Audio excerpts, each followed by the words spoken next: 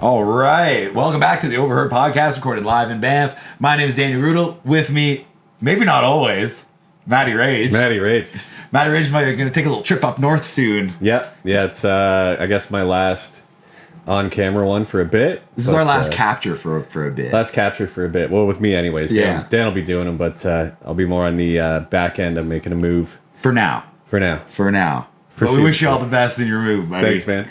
And yeah, we're going to keep bringing you tons of episodes regardless. If it is your first time joining us, please don't forget to give us a like and subscribe. Our guest this week is Pete, a snowboard instructor, musician, world traveler.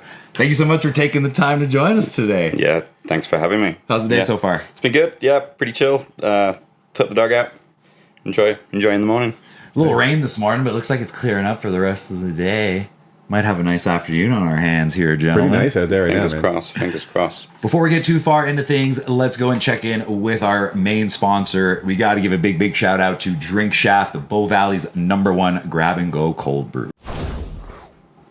When it's summer in the Bow Valley, early isn't optional. First light on the fairway, glassy waters at the shoreline, that warm hit of sun that tells you the day is yours. But there's a difference between showing up and doing it right. And that, my friends, is Drink Shaft. Cold, nitro-infused, non-alcoholic. Once again, it's the Bow Valley's #1 grab-and-go cold brew. So start the day early and do the day right with Drink Shaft. Heck yeah. Welcome back, everybody. If you haven't met our guest before, Pete is originally from Saddleworth, England, on the edge of the Peak District National Park. With no real direction after high school, he came to Canada at 18 to get snowboard instructor qualifications in Jasper. And after traveling for a few years, he studied events management in Edinburgh, mainly to stay close to the mountains. He moved back to Canada to Smithers, BC in 2012 on a working holiday visa as a snowboard instructor before settling in Banff in 2014. From snowmaking and instructing at Mount Norquay to bus and hiking guiding, probably bus driving and hiking guiding. I don't think I might have lost one there. Cherry picking in the Okanagan, teaching in Japan, studying ski area operations management in Nelson, and seasons at Whitewater Ski Resort. He's built a life around mountain towns and seasonal work, balancing a love for travel, snowboarding, and mountain culture. Banff's been his full-time home since 2019. These days, he splits time between snowboard instructing for the Canadian Association of Snowboard Instructors and Ski Big 3 in Banff, as well as in Japan, working for Parks Canada in the summer, and playing drums with a whole bunch of bands across the Bow Valley. We'll get into that in a little bit. Life in the Rockies has become a mix of snowboarding, splitboarding, yoga, hanging out with the dog, paddleboarding, wildlife viewing, bird watching, and long days out on the mountain. Now a Canadian citizen, he feels incredibly lucky to call Banff and Canada home. While living so far from family hasn't always been easy, this town has given him a strong sense of home, community, and a family of his own. Thanks so much for joining us, Pete. Thanks for having me. Long time coming, man. We've been bumping into each other at events and shows all throughout, like since we started this program, or since this program. So it's a program now? Since we started this show. Jeez, that was lame. Let's start at the beginning. What was life for you growing up in Saddleworth? Yeah, so a bit of context for those who don't know England too well. Saddleworth is a collection of villages on the edge of the Pennines, right on the side of Greater Manchester. So small little town, an area about 25,000 people. If you've ever seen the Yorkshire Tea Box, it kind of looks like that. Green hills, stone buildings, lots of pubs, and never really realized it, but it's a tourist town. It's very similar to Banff in many ways. Wild. So, they got the high street there, all these shops, gift stores, all that kind of stuff. Definitely not as busy as Banff, but I never quite realized that. And then obviously the access to the Peak District National Park. So hiking, biking, climbing, those kind of things. But yeah, growing up there, I don't know, it was a typical childhood.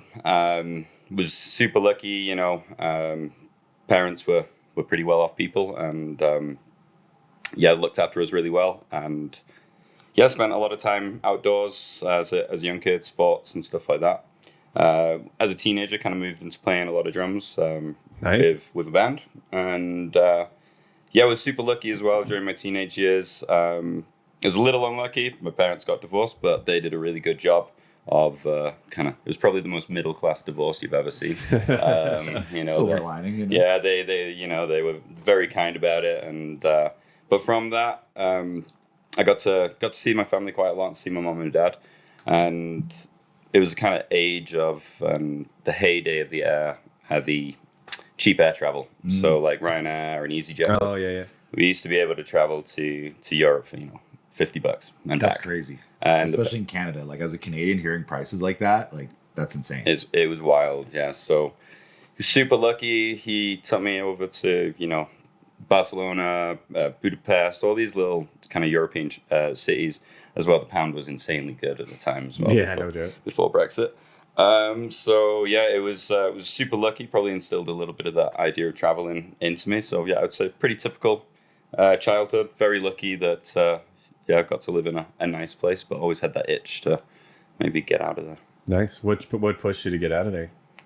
Like when you finally decided to come over to Canada? Yeah, so when I was like 18, I'd been playing with bands my kind of whole childhood. At 16, 17, we finish high school and we move into kind of, you either take courses that are kind of precursor for university, or you kind of do college courses or join the workforce. Always had that kind of, professional parents, like, you should probably get the stuff to go to university. Yeah, it happens, right?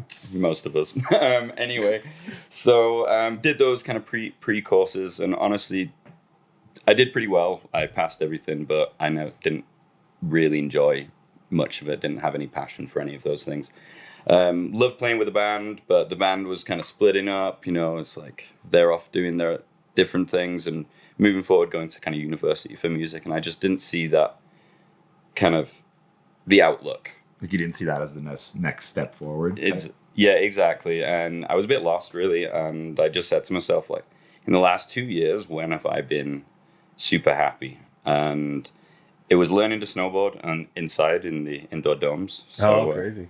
So pretty cool. My mum put me through some lessons because I'd seen a holiday through sixth form college to go to the Alps. So I went to the Alps, and for that one week in January, and then the next year I did another week, and I was like, this is it. I love snowboarding, and I saw the course in Jasper and said, right, let's do it. We don't know what to do, so why not? Let's do it. What was it about snowboarding that kind of hooked you, especially coming from like learning on carpet?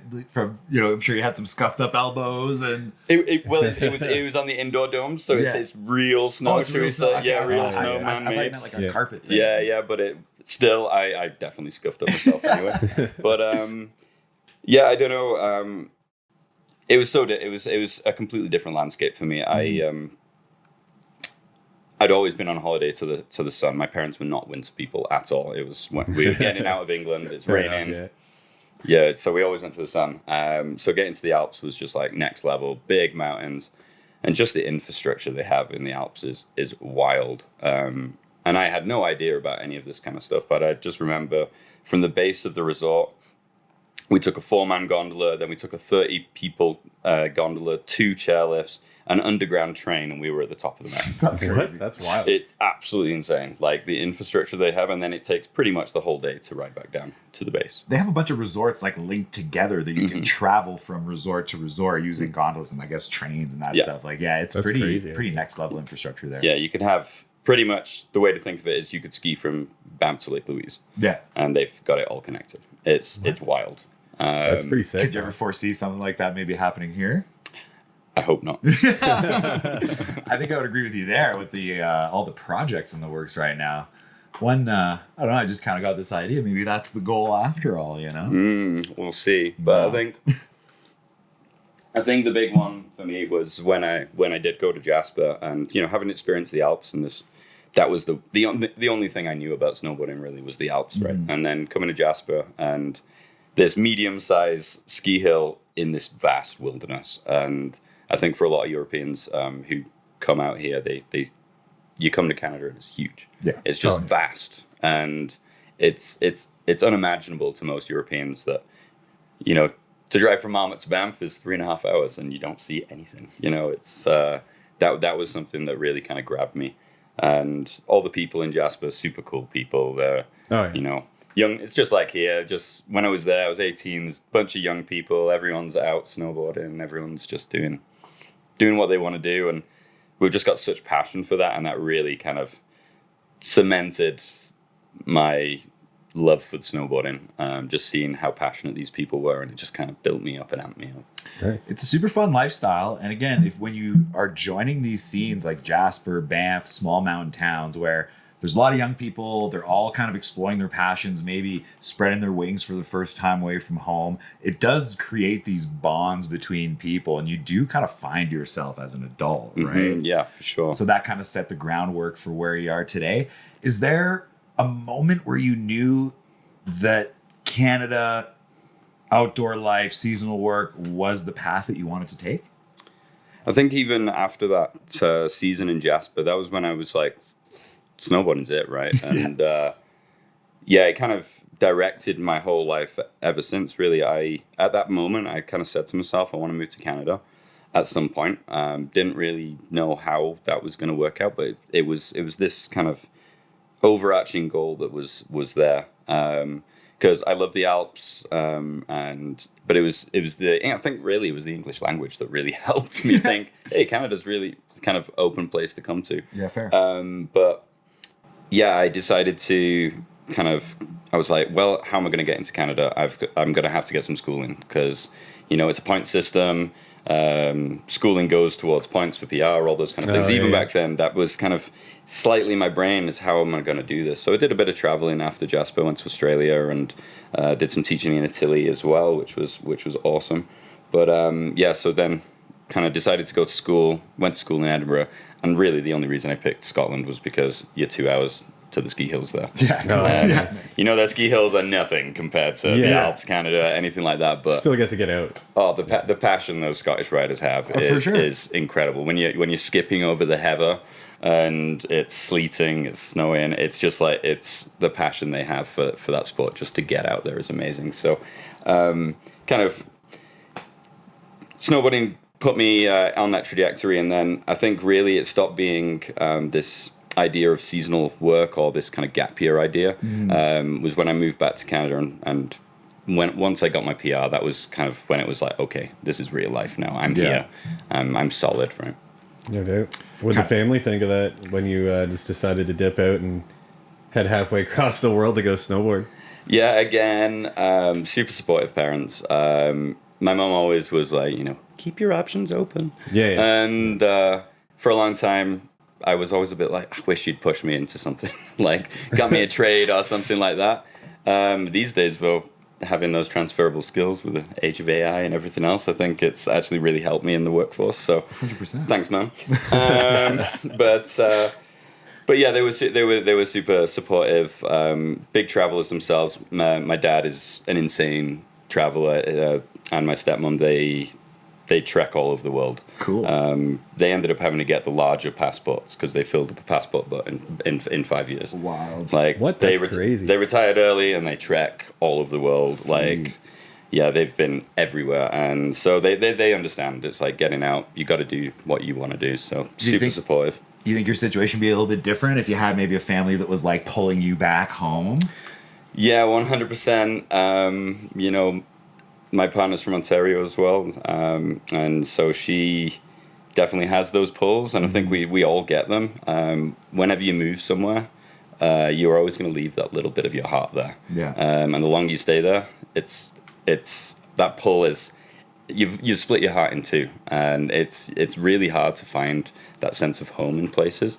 It's a lot easier these days, obviously. When I first moved to Canada, or came to Canada in 2008.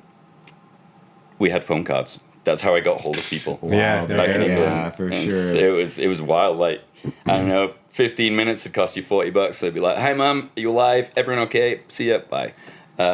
So these days, the fact that you can call on Messenger and speak to people. That's such a good point, man. It makes such a difference. And I think that's why there are more and more people who are able to do this gap year thing, move away from home, because you can keep some family links. It makes a big difference. No For doubt. sure. A big part that stood out to me, especially in your biography as we were kind of prepping for this interview, was the range of work that you've done over the years. So from snowmaking, guiding, cherry picking, instructing, parks work, all that stuff. Was there a point in your life where you kind of realized that seasonal work could produce a lifestyle that you would enjoy, right? Like a lot of people start the seasonal work thing, especially in these touristy towns, kind of not seeing the end of the road. Yeah. How was that for you?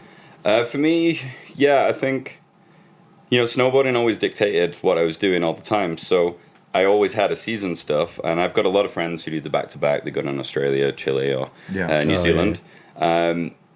I've always enjoyed my summers as well. Mm-hmm. So I knew I've always been going to be a seasonal worker. It's always just been life for me. I've never actually had a year-round job that's doing the same thing.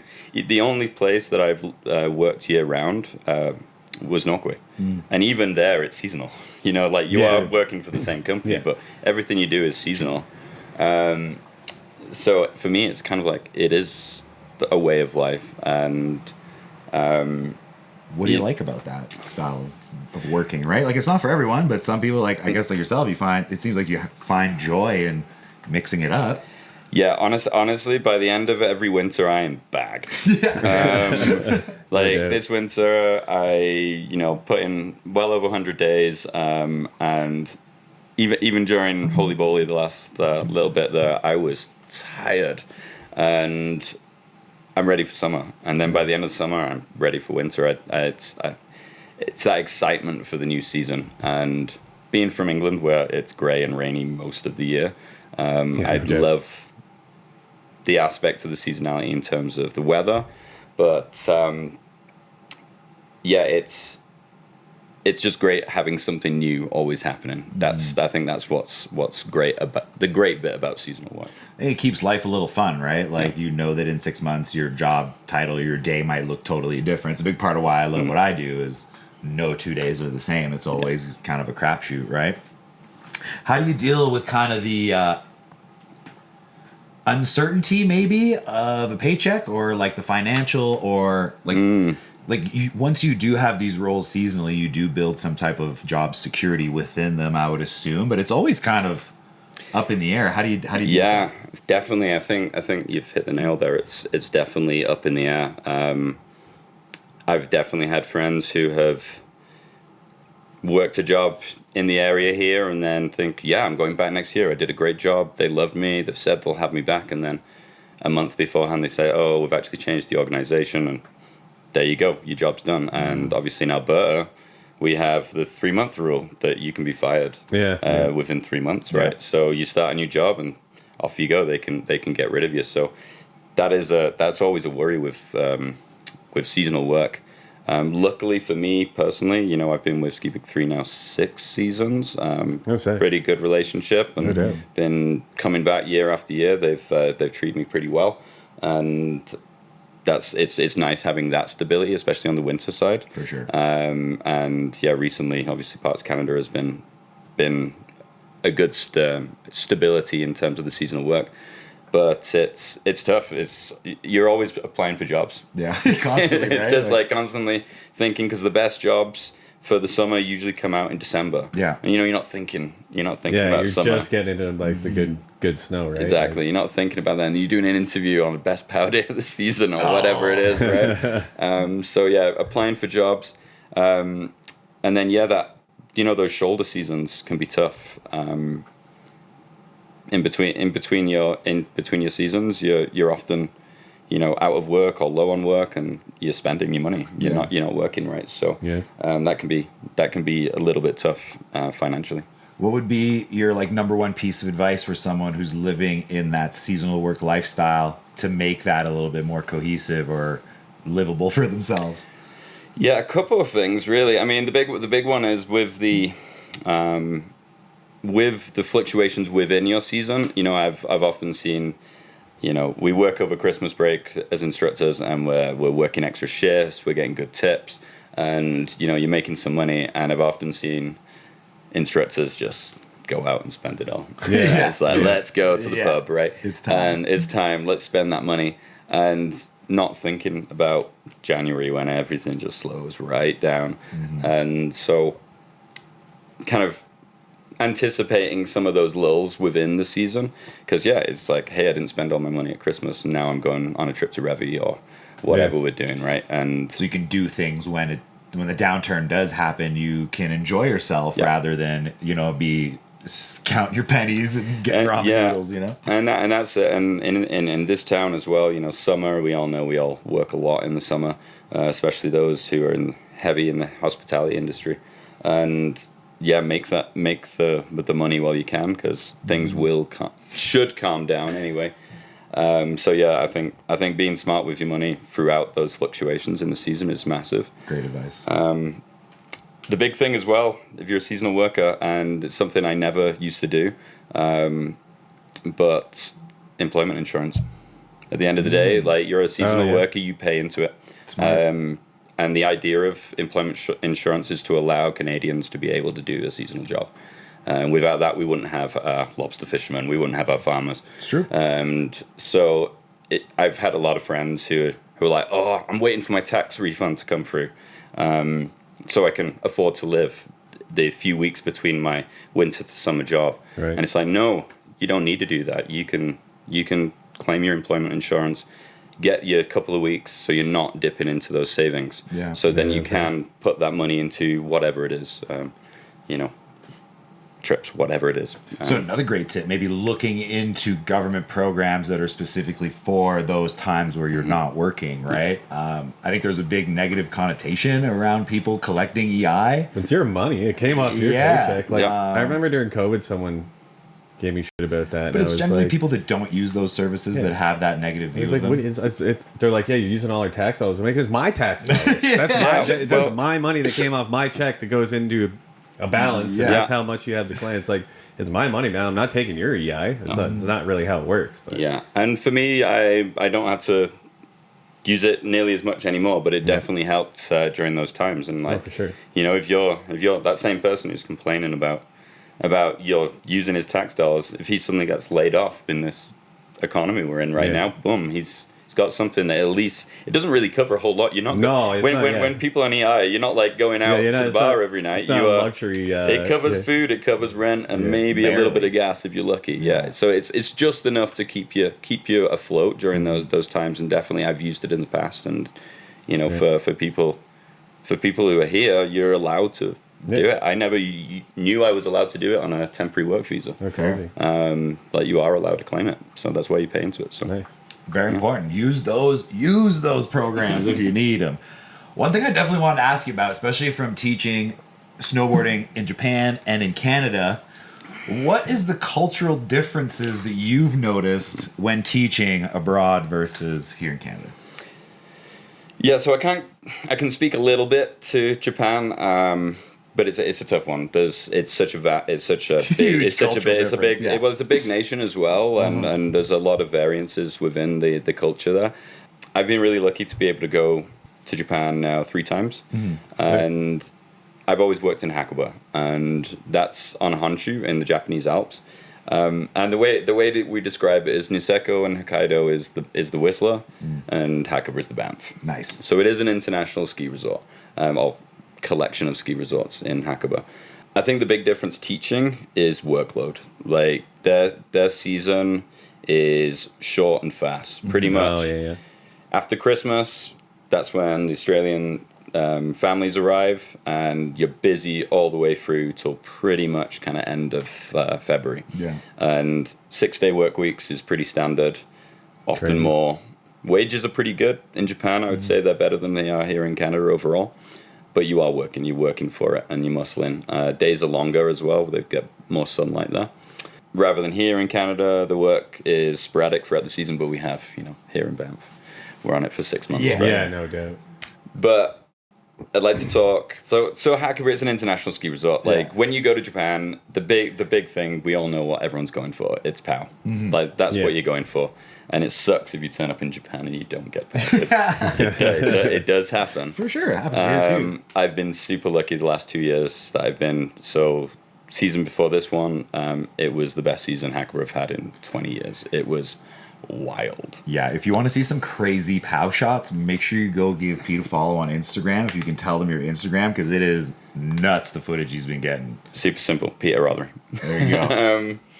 Yeah, so it was pretty wild, and then this year I was only there for a month, and pretty much that was their window that they had good snow this year. So you go in there for the POW, right? And their mountains, the Japanese Alps are big mountains. They're 2,000 meter mountains, but generally the ski hills are in kind of like the foothills of those mountains. Oh, okay. And they're pretty small little areas, and you go in for that just whack of POW over and over again. The tree riding is phenomenal.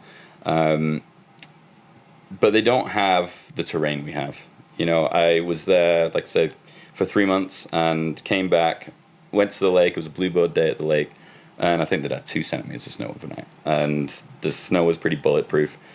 But I'm standing on those back bowls, and you're like, they don't open anything like this in Japan. Oh, Nothing wow. is as steep as that. As far as like extremeness or cliff ride, like what is the difference mainly? Are they more reserved in terrain choices as far as what they let people be exposed to? You've got it just there. So like they don't have a really heavy avalanche program. Okay. When the snow snows, if it's a really steep pitch, they might just leave it for a couple of days before they open it. Yeah, we have such a curated experience here. Yeah. In Japan, it's all about the snow. So when they don't get the snow, I went through some trees this year that the year before I'd gone through, and I kind of went in with the charging brain, and then it was like, oh, they haven't got 2.5 meter base right now, so there's trees everywhere and things sticking out, and it was like, oh, this is dense. The year before, you were riding on top of that stuff. So we have, our terrain park guys, our groomers, our patrol do such a good job manicuring everything and keeping everyone so safe. You'll be barreling through the trees in Japan. It's an open tree area, and you're allowed to go through, and then nothing is marked, and suddenly there's a creek, a running creek underneath you. Yeah, exactly. So it's a very curated experience we have in Canada, and the terrain we open is amazing. But yeah, the snow out in Japan is phenomenal, and the onsen game is fantastic. At the end of the day, you just go out with the homies and you go get naked and jump into the hot pools, and it's so good. At the end of the day, it's a great experience. The Japanese people are amazing. I actually got to go to a really Japanese resort and teach a course there. I was one of the only white guys on there. That's sweet, man. People were staring. That's what's up. So one of the big cultural shocks there was there's no helmets. So when I spoke to a Japanese guy, it's because the professionals wear helmets. Oh. If you're learning, you don't wear a helmet because it's only the pros who wear a helmet. And I've never seen... That's so weird. I've never seen such reckless snowboarding in my life. It was wild. Like, people would just stand on that board and just try and go down. Collisions happening everywhere. Like, people just eating it all over the place. It was a super wacky resort as well. Like, this place hasn't changed since the 80s, right? Yeah. And the hotels that closed during the crash are still there with like holes in the windows, and it's just the wackiest little resort on just near Nagano there. And yeah, it's super cool, but great culture especially outside of the big resort centers. So I guess they apres a little different there than we would here.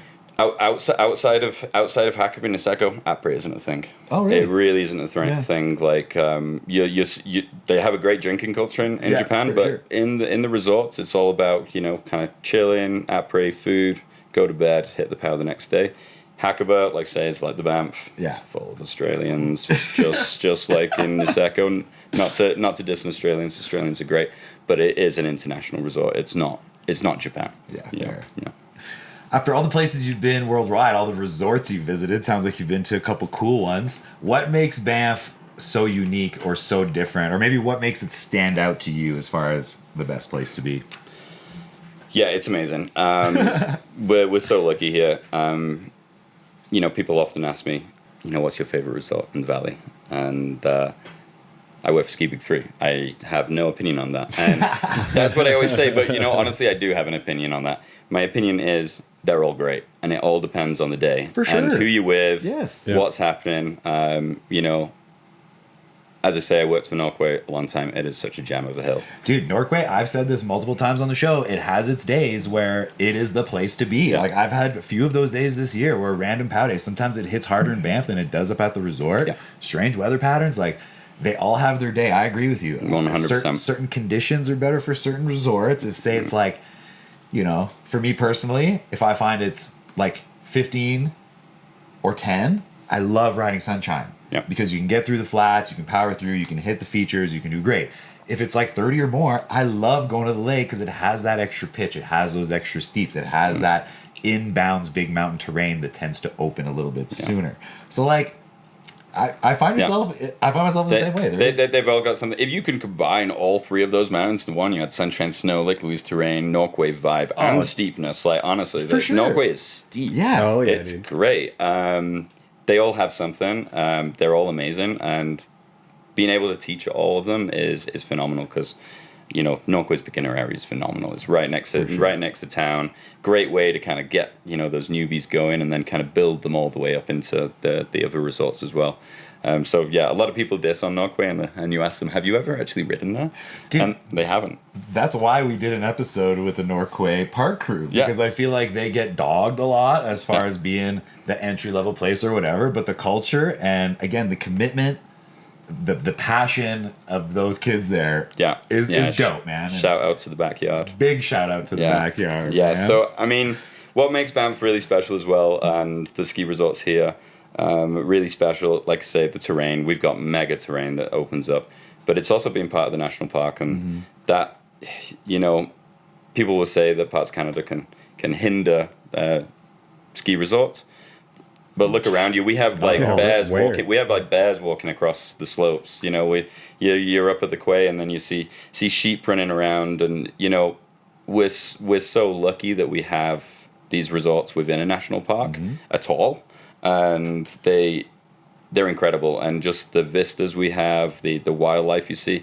Like one of the tips my partner always tells her guests is don't close your eyes when you're on that bus, because you might see some moose to the side of the road. Yeah. You might see, you'll see eagles, all these kind of things. It's like you get the wildlife on the way to the ski hill. Like where else do you get that? You know. Well, especially with the recent development and the expansion of terrain at Lake Louise, it's kind of hard to have that opinion that they're not working together to provide a better experience. Right? 100%, and they all are, and they're all doing a fantastic job. Every ski hill, Ski Big 3 as well, like promoting that to our international guests. We had a bumper year this year with people, so they've done a great job. And you know, guests come in from the States, and they're just like, "This place is incredible," and you're like, well, don't tell anyone. Don't tell too many. Tell enough people, but not everyone. Yeah, for sure. We're super lucky, and the terrain we get here. What's amazing here is the way that even on a low year. Obviously, we had an insane year this year, but even on a low year, they do such a good job at getting everything open. We're one of the few places in the country that is guaranteed our product. That might be a terrain park season, it might be a groomer season, but we've always got something. You know, you look at a lot of the ski hills in BC on a low year, they struggle. Well, a lot of resorts down south of the border had terrible years. And I think that's part of the influx of tourism that we're seeing now, especially shoulder season or tail end of our ski season. You're seeing every gondolas from packed with people from down south. And POW days on the last weekend. Incredible. So sick. What would be your advice, say, to someone who's looking to make the move to Banff and wants to stay here long term? Yeah. Or not just Banff, maybe the Bow Valley as a whole, because Lake Louise, Canmore, we face a lot of the same issues. Same kind of issues. First of all, it depends where you're coming from.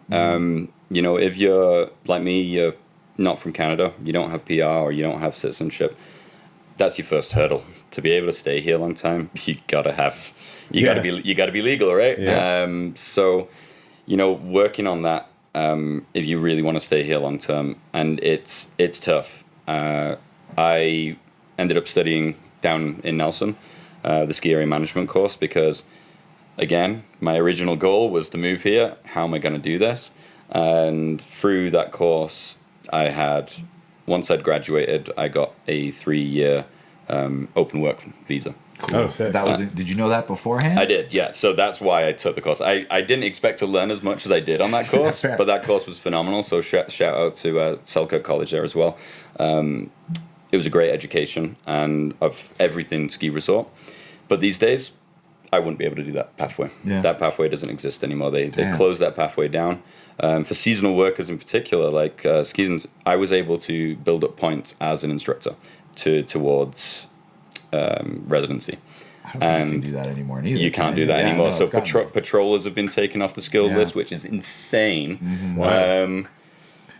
Why? Just I think it's just narrowing the field for people that can stay long term, due to various reasons. I'm geopolitical. I'm not 100% sure. I was told a lot of it's down to wage. That yearly you don't make enough money. I might be wrong on that one, but it's a pathway that has closed down. So I would say to people who are looking for PR, sometimes you just gotta bite the bullet and go and work in a field that's not your field, right? Fair. And you might have to go and be a supervisor at the gondola or whatever it is to get your foot in the door, and just be on it. Like we've got some great resources in town with the immigration services here in town, but you just got to be on it and really keep up with the processes that change. And so many people I've known who've, they're 95% there, and then something happens. They just give up and then they've gone, right? Yeah. So you've got to be motivated to get it. But yeah, for people who are able to be here long term, it's tough, right? To stay here long term, we all know housing is one of our biggest issues. But I think, if you expand your network when you first arrive here, do all the things, get out, enjoy, and experience different things that the park has to offer. Mm-hmm. And I think a lot of people get trapped in the town life, but for me, the park is where my passion lies. And if you can get out and experience some of those things, again, we've got some great programs with Mountain Life and Banff Life and stuff like that to get people out and try things and try and find something that you find passionate in the area. Because if you don't, there's easier towns to live in. For sure. Oh, yeah. Right. I agree with you in that sense. Like, my first attraction to Banff was the nightlife and the work and the hustle and bustle and the fact that it's kind of a metropolitan in the middle of the mountains. But my true love for Banff really ignited once I got out of the town boundaries and started exploring the places that are kind of nearby on the doorstep. Yeah. Was there any places for you that kind of highlight that or that make this place special? Yeah, I mean, there's so many experiences that I've had over the years. I love hiking in the summer. I love being out in the mountains and doing some backcountry stuff in the winter as well.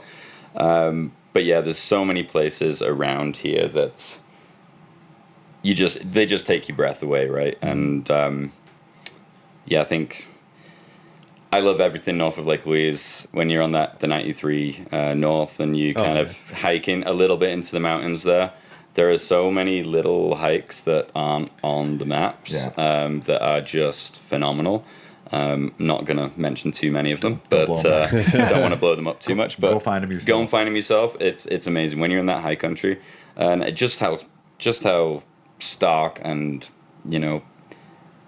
really how scary the mountains can actually be. I've been out there, and you're just like, I'm glad I brought all my rain gear today. It's middle of July, and suddenly we've got a 20-degree temperature drop, right? And there's so many places out there that are just the grandeur of these mountains is just amazing. What has that done to you personally, experiencing that grandeur of the Canadian Rockies? It's kept me here. Yeah. Yeah, it's kept me coming back. I first turned up properly in 2014, working at Norquay mainly, and then I left. Then I came back. Then I left. Then I came back, and I remember when we kind of came back 2019. It was when we moved back full time. We'd been living in Nelson. We'd actually left Banff because we're over it. It's just like, it's too much. Dude, I love Nelson too. Yeah, Nelson's sick. I love that place. Don't tell anyone. But it's tough. Like, you think it's tough to live in Banff. Like, Nelson is as expensive as here, and there's no work. Yeah. So we did a season at Whitewater, and it was incredible. That ski resort is something else. I'm sure we'll talk about that. But I remember my partner was applying for a summer job as a shoe repairist or whatever, clobber. I don't know what you call them. But there was like 30 people going for this job, and we're just like, really? Are you gonna work making shoes or whatever it was, and it was just like we just kind of had this realization that, you know, at least in Banff, where it's staying in our field, which at the time was kind of doing the bus drive and the hiking guiding, and yeah, it was like, I remember we came back and we were coming through Kootenay National Park, and just near Stanley Glacier, where you start to pass over and you see Castle Mountain there. It was kind of like, yep, this is a good decision. This is a really good decision to move back. Fair. Nice. Because I love Nelson. I spent a lot of time there too, and I've kind of flirted with that idea. And it's like, yeah, you're right. It's the same kind of living cost, but it's a tough place to get into if you're not from there, right? Yeah. There's no local discounts there, I can tell you.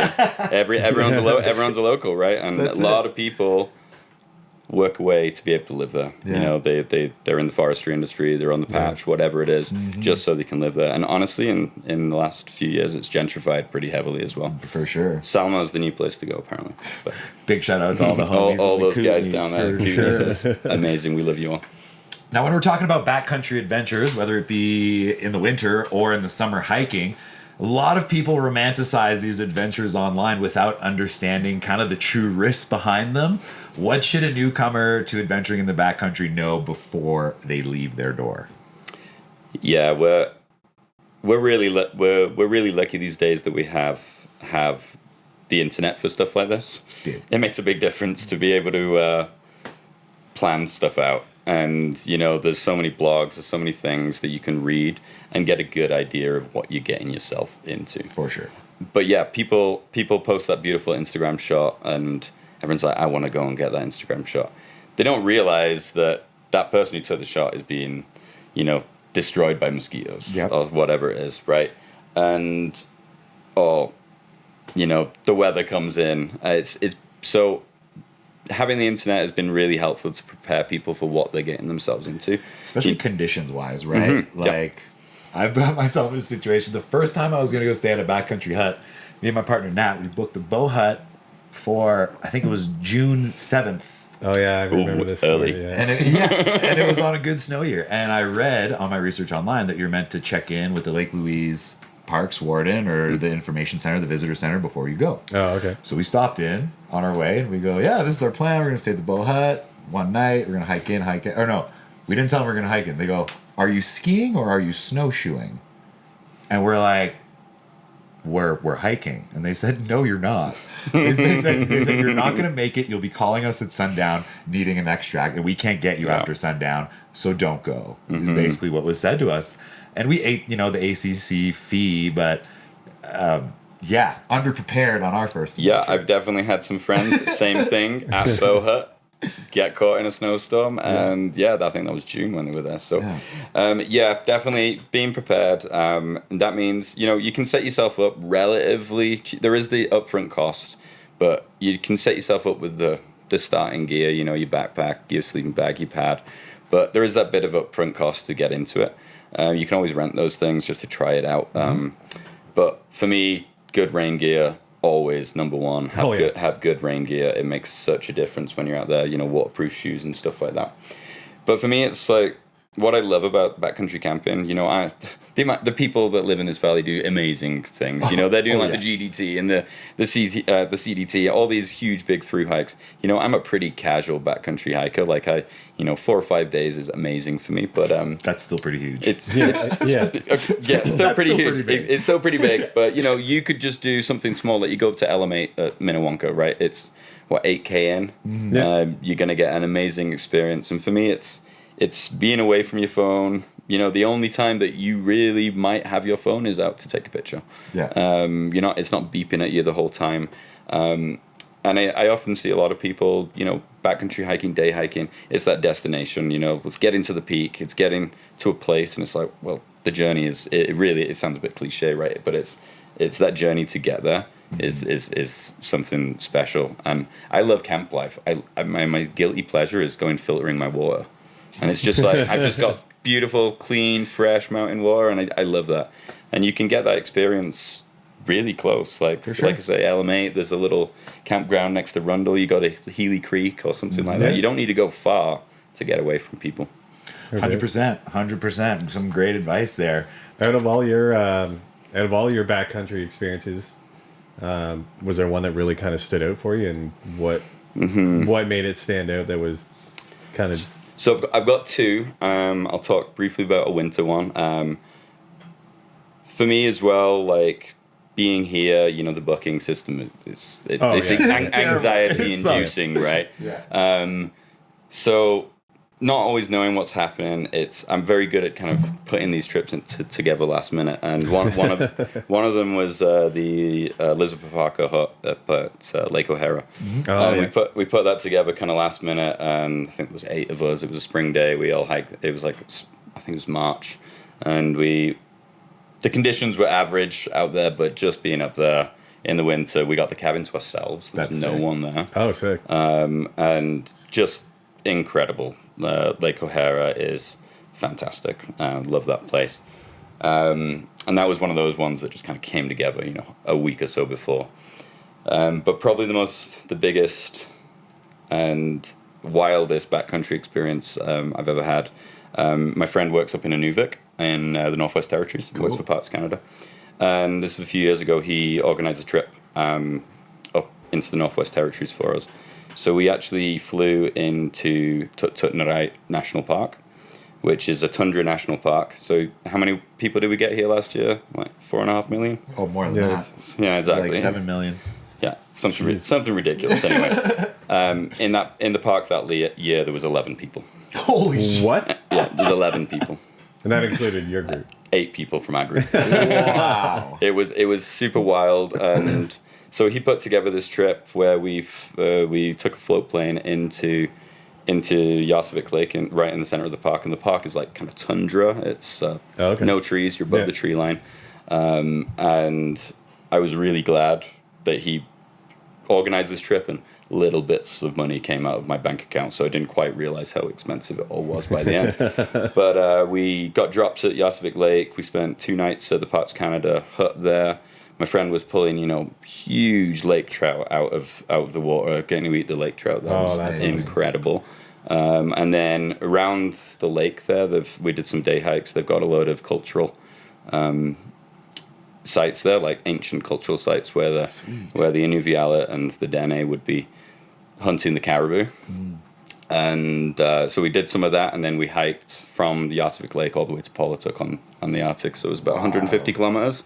That's crazy. No trails, obviously. Yep. And just, you know, we bumped into muskox, caribou. There was, you know, a load of raptors flying around. It was super wild. It was really cool. And then, yeah, Polituk just as a little settlement. It's like 300 people for Inuvialat, and they were also accommodating, lovely people, and Sweet. It was super cool to see how Canadian they were up there. They're all Oilers fans, right? And it was super cool to see, and Sweet. yeah, amazing trip. Amazing. Yeah. That's one thing that came to mind when you were telling that story is how our national park is different from many others across Canada, and especially when people are arguing the fact that entry to the national parks is free, they often forget about these other smaller national parks that maybe only see hundreds, or in this case, 11 people. Yeah, I think it's the least visited in the country. Yeah, for the season. So very, very cool.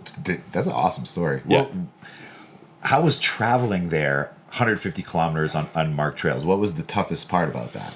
Honestly, we got so lucky. We got amazing weather. That's number one. My friend who's organized this trip, we had our maps and everything, but GPS is kind of it. In general, we were kind of following this big river gorge, and that's how we kind of were working our way towards the ocean. But we did have one day where, you know, the weather started to come in, and you talk about technology, it was amazing. We were in the tent, it was kind of raining, and my friend was shouted from his tent, was like, "We can go back to sleep for a few hours." My dad sent me the forecast in from Toronto. So on the guy sent it in, so, you know, he was like, "It's going to ease up in a couple of hours." Anyway, it eased up, but we were out in the rain all day, and it was, you know, you couldn't see a whole lot without the GPS. Like, we were just literally, we were walking 200 meters, get a point, and then keep going with the GPS. Yeah. So it was a long day, and but in general, the travel was pretty phenomenal. You know, Sweet. Yeah, it was a great trip. Where do you find time to play the drums and all this? I I don't sleep too much. I started playing drums. I think I was 11 and played all the way through till I was 18, and then gave up playing drums because I didn't have a drum kit. I'm traveling, Every now and then I do an open mic and get up behind the kit. But then a few years ago, Malcolm Carmichael, big photographer in the area and long-time local, he put up a Facebook post on Buy and Sell or something like that, looking for a drummer for their band. Yeah, nice. Went down, played some drums. They were like, sweet. This was a band called No Sort of Moves. And yeah, we played together regularly ever since. But then I think it was about 2 weeks after that, I come down and this long-haired, grey-haired guy from Wildflower was just hanging out, Mr. Gary Gonnes. Big shout out. Absolutely done so much for the music in the Valley.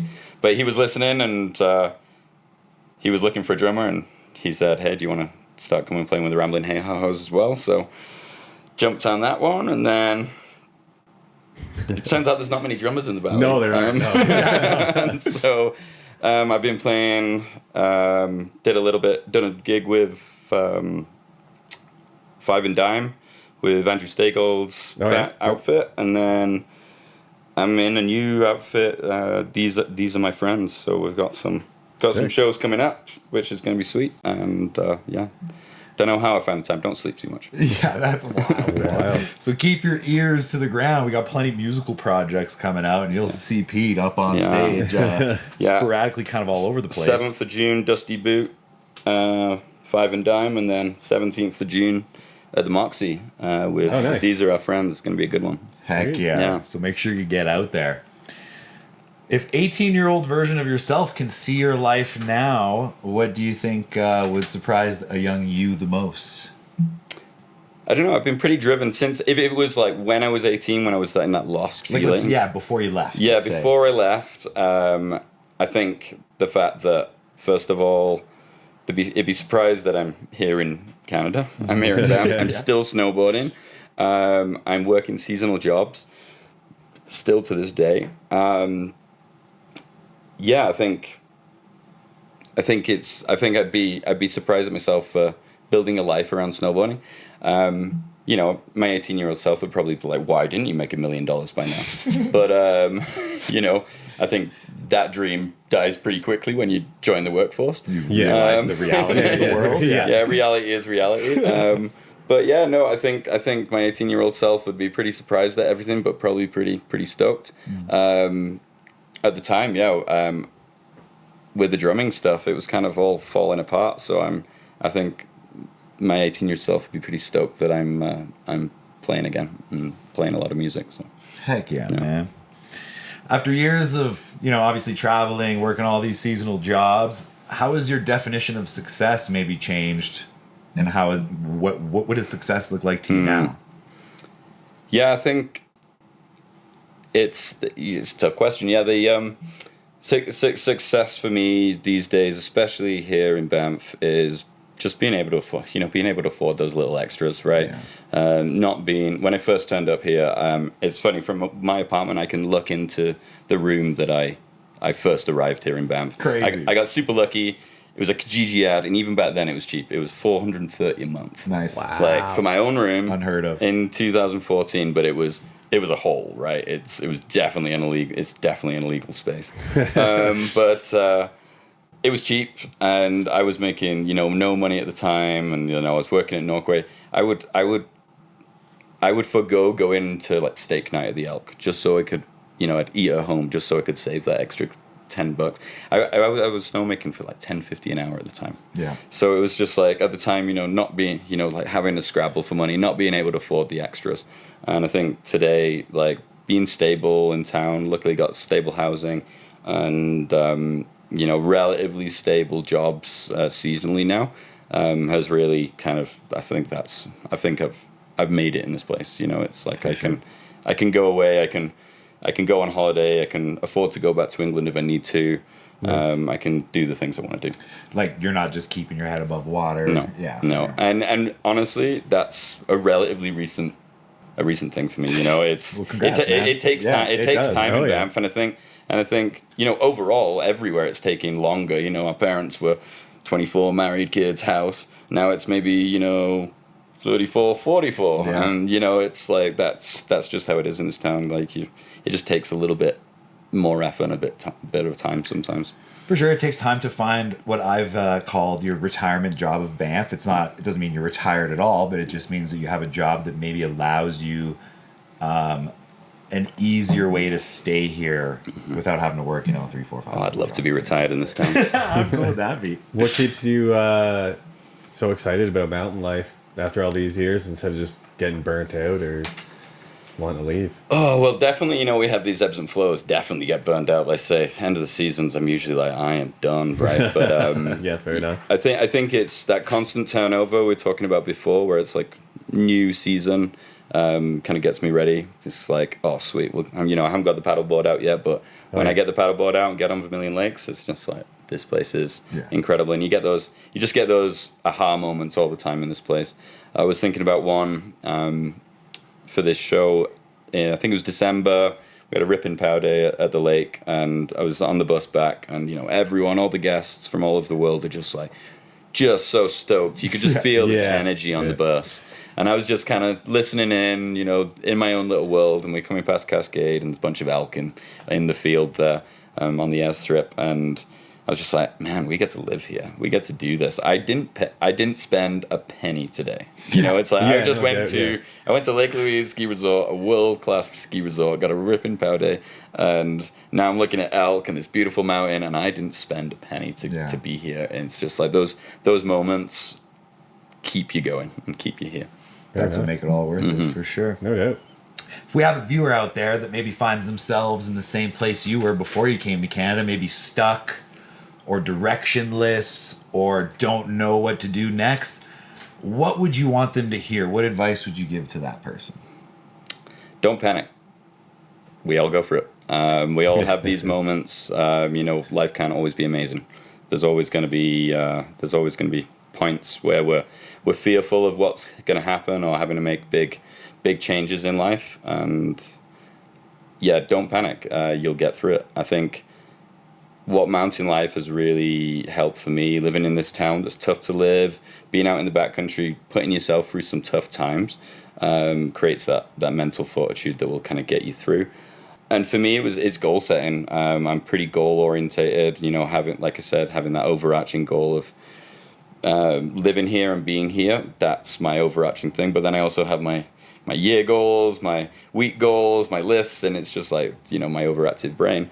But I think setting those goals and trying to get to them if you can, but not being too discouraged if you don't get it. We all go through it, and follow your passions. That's been something I said a long time ago. Live fun and live happy if you can. It's not always going to be like that, and you're not always going to be able to do that, but just really try and